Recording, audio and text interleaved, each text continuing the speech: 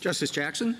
Yes, I have two questions, one concrete and one big picture. The concrete question comes from a statement that you make in your reply brief about MOHELA standing to earn offsetting fees.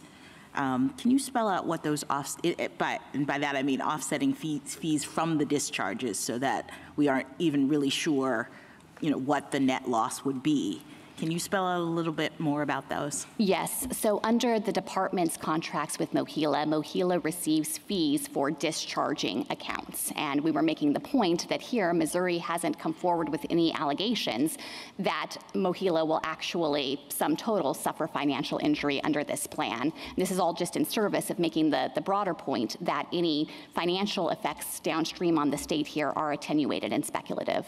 So we don't know really what the ultimate loss would be to MOHELA, even if we believe that MOHELA is part of the state. That's right. The states haven't offered any evidence in that regard to substantiate their assertion of standing. All right. And I also have a big picture question about standing. You've been arguing that standing here would be a reach if we were to, for example, find that, MOHELA somehow losses to it count for the purpose of the state based on established standing principles. And what I've been mulling and wondering is whether the same concerns about the political significance of this case that the chief pointed to could be a reason for us to hold the line in terms of thinking about our standing doctrine and whether or not we should expand it in this area.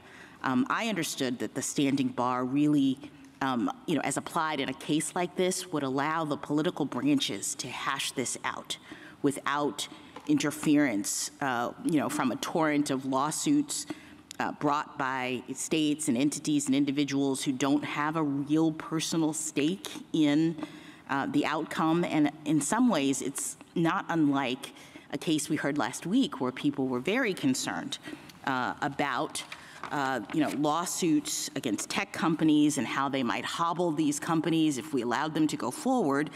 And I guess I have that same worry about the operation of the federal government and its ability to govern if we look at our standing doctrine in cases like this and we find that, even the most minor state interest, a dormant fund that hasn't been funded or used by the state in 15 years, if that can be the basis for standing, I guess I'm concerned that we're going to have a problem in terms of the federal government's ability to operate. So my question is this a legitimate concern, and should we be thinking in cases like this about that type of concern as we ponder whether to expand our standing doctrines?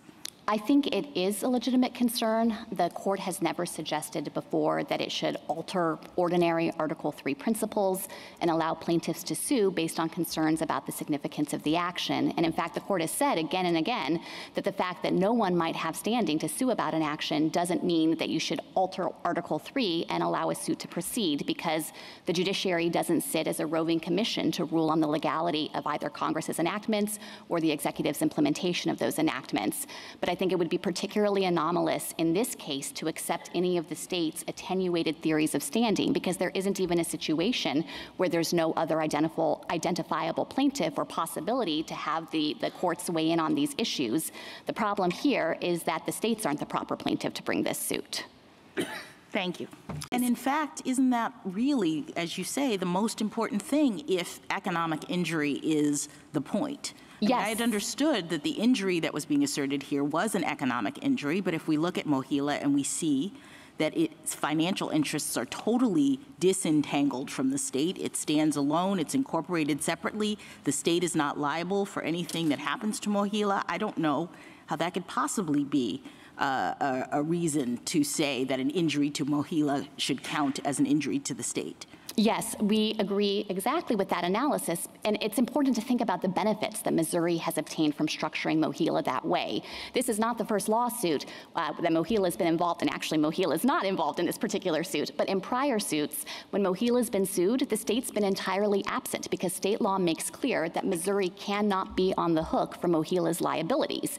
It creates a wall of separation financially financially between the two entities, and Missouri gets a lot of benefit from that. And so if Mohila is being injured as a result of the plan, or at least if that's the allegation, Mohila has the ability to defend itself and its interests, correct? Exactly. It's a separate legal person. It has the right to sue or be sued in its own name. There is nothing that stands in the way of Mohila asserting these interests if it's experiencing financial harm. And there's no principle that would support allowing Missouri now to interfere with the separation it itself has created just because it doesn't like the policy. Would we be breaking new ground then if on this basis we found standing? Yes, I'm not aware of any case that would support standing on this basis. Have you expressed any plans to actually use the fund to pursue projects in the foreseeable future? And if so, what projects? At this point, the projects have been put on pause. I see. So we're talking about a fund that hasn't been contributed into because the state has waived the obligation to do so for at least a temporary period of time. And then even if the funds were to go into this particular fund, you don't have a set of plans that you are planning to pursue with them. But all that requires is the legislature and the governor to move forward once the fund has been Yes, no, I understand, but we're trying to figure out the degree to which the state is injured by the money not being there. And so on the one hand, you know, I hear Justice Sotomayor exploring with you the fact that the state has allowed the money not to be there in the recent past by saying, don't worry, you don't have to put it in there, Mohila. So that seems to be a sort of strike against the state now saying we're so injured because the money isn't there. And then we have, on top of that, your representation here that the state isn't even actively seeking or interested in the money insofar as it's decided that it's going to engage in some sort of project that we need the money for. So I'm just wondering about the speculative, attenuated nature of the harm that you're alleging on the basis of there not being, or of the risk that we won't have extra money put into this fund. Your Honor, I disagree with what you said, that the state has waived the obligation under the fund. What the state has done is it's engaged in a quid pro quo discussion with Mohila, and it has said that in exchange for $65 million in payments to the scholarship fund, it has allowed the timeline to be extended. Yes, I apologize. I'm just saying the state has not pressed Mohila to put money into the fund. Because it's correct, but because it has been receiving money in another fund all along. I appreciate that, but I guess I'm just still trying to understand how you can look at that fund as the basis for the injury that you're claiming with respect to this particular plan. Your Honor, because the next due date for the fund is a year from now. And you can't extend it? It can be extended, but that would be in exchange for them giving another contribution to a scholarship fund, which is further showing that there are further financial contributions. And the plan is not totally ridding them of any opportunity to make money, so they do have some other income, yes? Mohila? Yes. Whether Mohila has other, yes, Mohila has. All right, so we could believe that the income that Mohila gets from its other sources of revenue could be used to pay off in a year the amount that the state says it requires in order to put off the obligation yet again, right? I don't think, well, here's the key point in response. What Mohila says in the letter that the government filed as supplemental authority with the 8th Circuit is that they take all available funds beyond their expenses and reasonable reserves, and they devote them to student financial aid in Missouri. So if their operating revenues are cut by 40%, we know what they do with the money at the top, the excess money. They give it to students attending school in Missouri. So if their operating revenues go down, that's the first thing that's going to go. Can I just ask you, I'd understood them to be complaining about the procedures. Am I completely off base here? You suggested that they're complaining about not getting enough loan forgiveness or something. Maybe I misheard you, but I thought they were trying to bring a procedural claim, and that the reason why this was problematic was because the procedures that they are saying are lacking are actually under the other source of authority, that if we looked at the source of authority that the secretary used, in this scenario, it doesn't guarantee them those procedures. So you can't really complain about not getting procedures in under another statute that was not invoked in this situation. Am I wrong about this? No, and I understand the confusion because Okay. the theory here is a little convoluted, and so let me try to unpack it. They are asserting a procedural injury, but what they're saying is we want an opportunity to comment on loan forgiveness, so it'll include us as well. Our underlying injury is that without having a chance to comment on the Secretary's use of authority under the HEROES Act, we didn't get a chance to advocate for us to be included in the plan. The problem with that procedural theory of harm is that by their own arguments in the case, the Secretary couldn't make a different decision. He couldn't go back to the drawing board and think about it and decide, yes, I'm going to expand the plan under the HEROES Act to provide these borrowers with relief too. So they aren't able to assert that kind of redressability for an asserted procedural injury under the HEROES Act. And that's because there aren't negotiated procedures under the HEROES Act. Right, the statutory text is very clear. So even if you were to get to it on the merits, they haven't actually been deprived of any procedural rights. The HEROES Act specifies that waivers and modifications issued under the HEROES Act are exempt from notice and comment. But I think because of the fundamental flaw with their theory of injury and the fact that it couldn't be redressed by their own arguments in this case, they've now brought up this Education Act idea. They haven't been deprived of any procedural rights under the Education Act. You know, procedural rights derive from specific agency decisions under agency authority. So it's not as though they have some procedural right in the ether to just comment on the concept of loan forgiveness writ large. Instead, under the HEROES Act, as we've just discussed, there isn't a notice and comment procedural right. And under the Education Act, no decision has been made. And so they haven't been deprived of any procedure associated with that decision making. So what they would need, I suppose, is certainty that if we nullify the authority of the Secretary to do what it did in the HEROES Act, that there would necessarily be a loan forgiveness program under the HEA.